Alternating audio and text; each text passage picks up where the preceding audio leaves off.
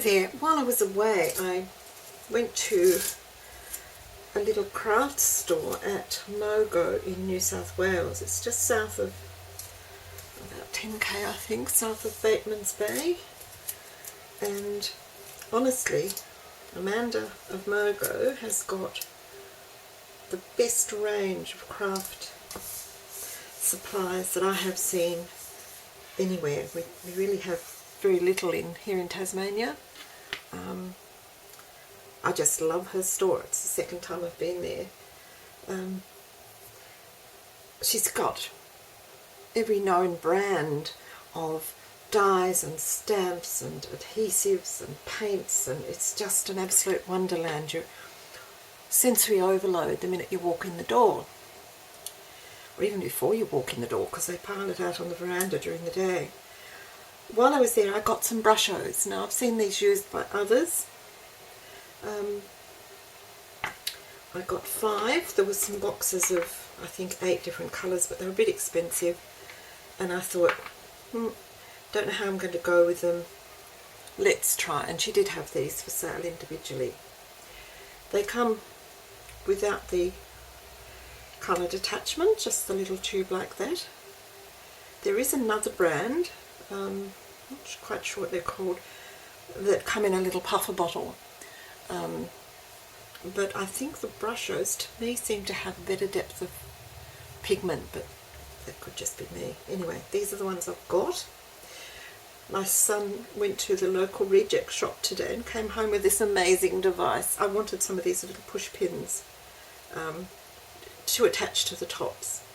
And look what he brought me home. Isn't that just amazing? Who'd have thought?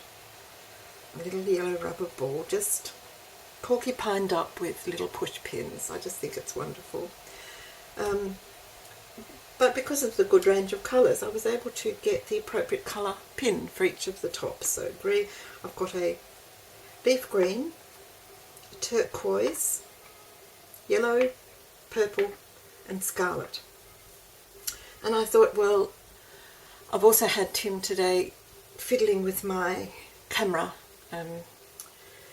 putting it in a different position to give me a bit wider area of capture. It was a bit confined before and the lights were very low, and I was a bit reduced in the space I had around me to flap my hands and gesticulate and bump things over, that sort of thing. So he's moved it up onto the next layer and moved the lights, and just thought I'd do a quick little video, perhaps trialling these dear little Brusho bottles and see what sort of a mess I can make. I've put a bit of cardstock onto my little palette, or paddle, bamboo board. It's a piece of 10 Holtz watercolour paper, and I've got the rough side up. I'll just see if I can make a bit of a background with these lovely pigments. Before I proceed further though, I've always had trouble with the craft mat moving. It moves and has to be stuck down. Let me put that under there before I bean myself. I bought fairly recently this lovely large silicone mat. It's from a catering supply place here in Hobart, and it's really quite big. It's, you know, far bigger than the little craft mat. And you know, I put the craft mat on there and it doesn't budge. It sticks fast, and if I don't move it, it even has a little bit of adherence.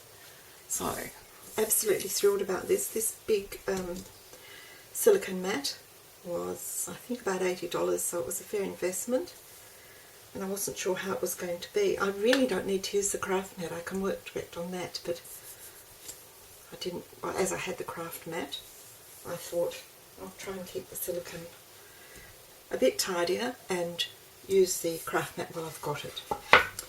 So that's my good news for this year, actually, because the craft mat just moved everywhere and drove me absolutely balmy. Okay, on with the video. What I might do is just scoot you down a little. Look at that. I couldn't do that before because you were right there anyway. Just have to remember to keep in shot now, and I understand, you're going to have to bear with me here because I have no idea whether there's anything coming out or not. Presumably there's a few little fragments. I might just make, whoops, that one definitely comes out more easily. That's the purple. Now we can see it. A few little tiny grains there. I hope that wasn't pigment I just inhaled.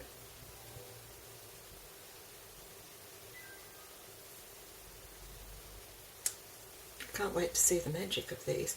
I'm just going to make a complete colour mesh up here because I'm so keen to see how they work.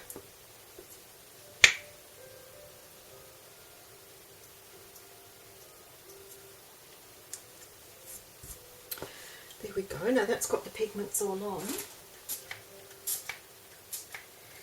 Wow, look at that colour.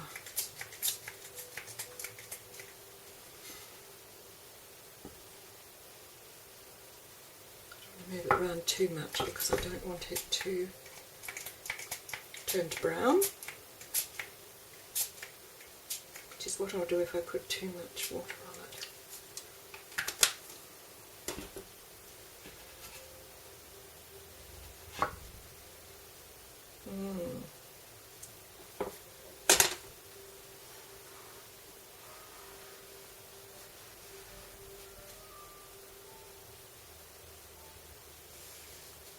How cute is that?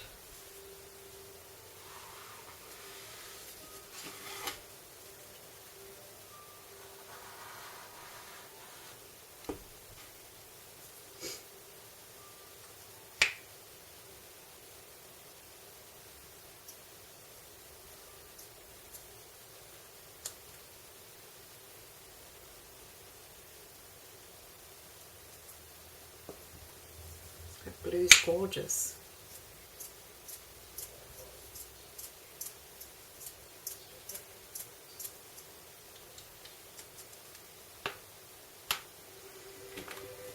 A bit more of the yellow just to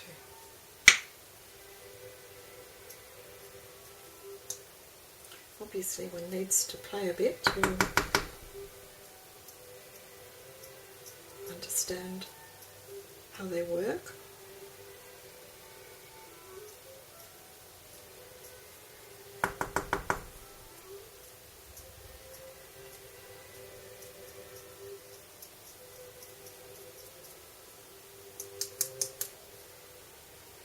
Look at that.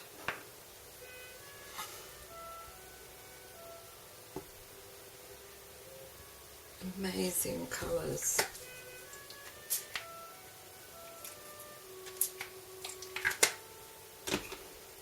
I think controlling the waters probably won't. I saw one video where the lady had a large spray bottle and it basically just washed everything off her panel. And so one lost the effect rather.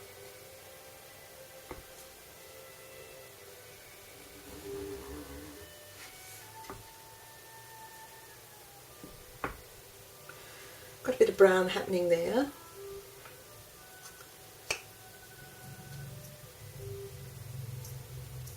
Which I guess is a bit inevitable for me. I tend to overwork things until the brown happens.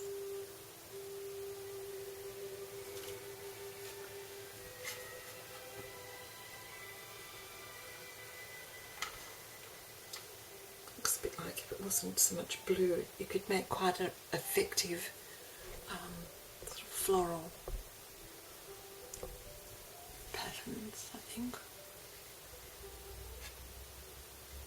Lovely colours.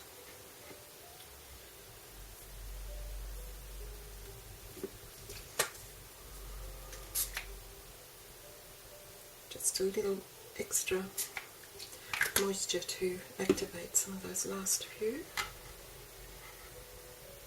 Well, how about that? I'll dry the panel off and then I'll get back to you and show you what it looks like. Well, here we are. Here's the little panel, nice and dry. Lovely depth of colour, though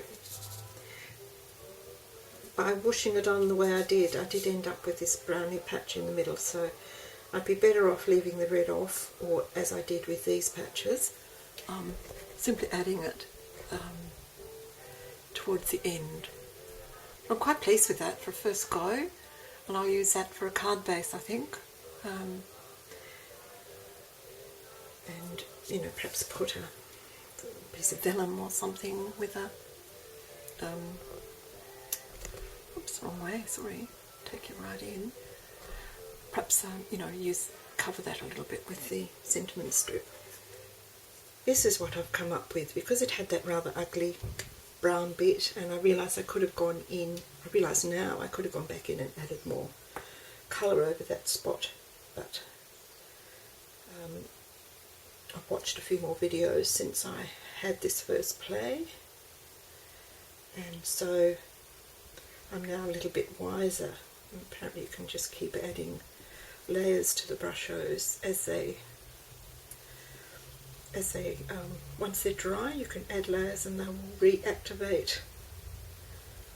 So anyhow,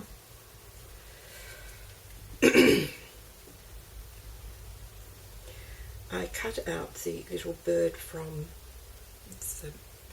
Tim Holtz. Oh, can't hold it, it's flipping in the hand. Tim Holtz die, the one that's got the bird cage and the bird sitting on a twig that goes inside the cage.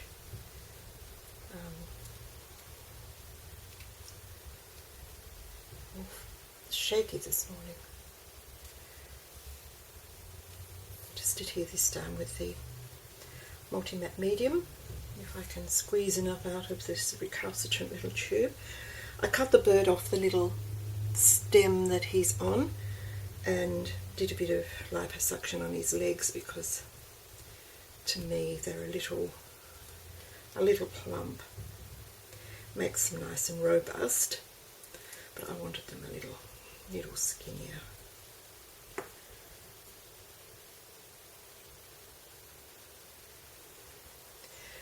I'm using the little bird to help disguise that ugly brown layer a little bit on the card. I've cut out from my paper tray ink wet paint. I really like the font on these, and they're quite a nice size. They're not too huge, but they've got a bit of weight to them.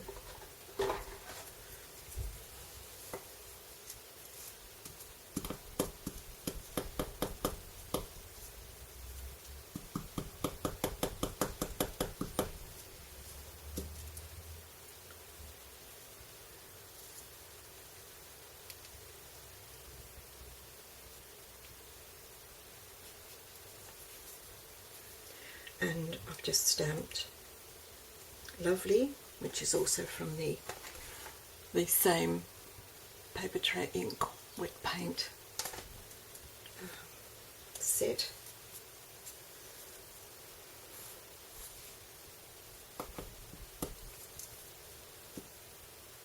Onto a little panel. I just want to put that right underneath there.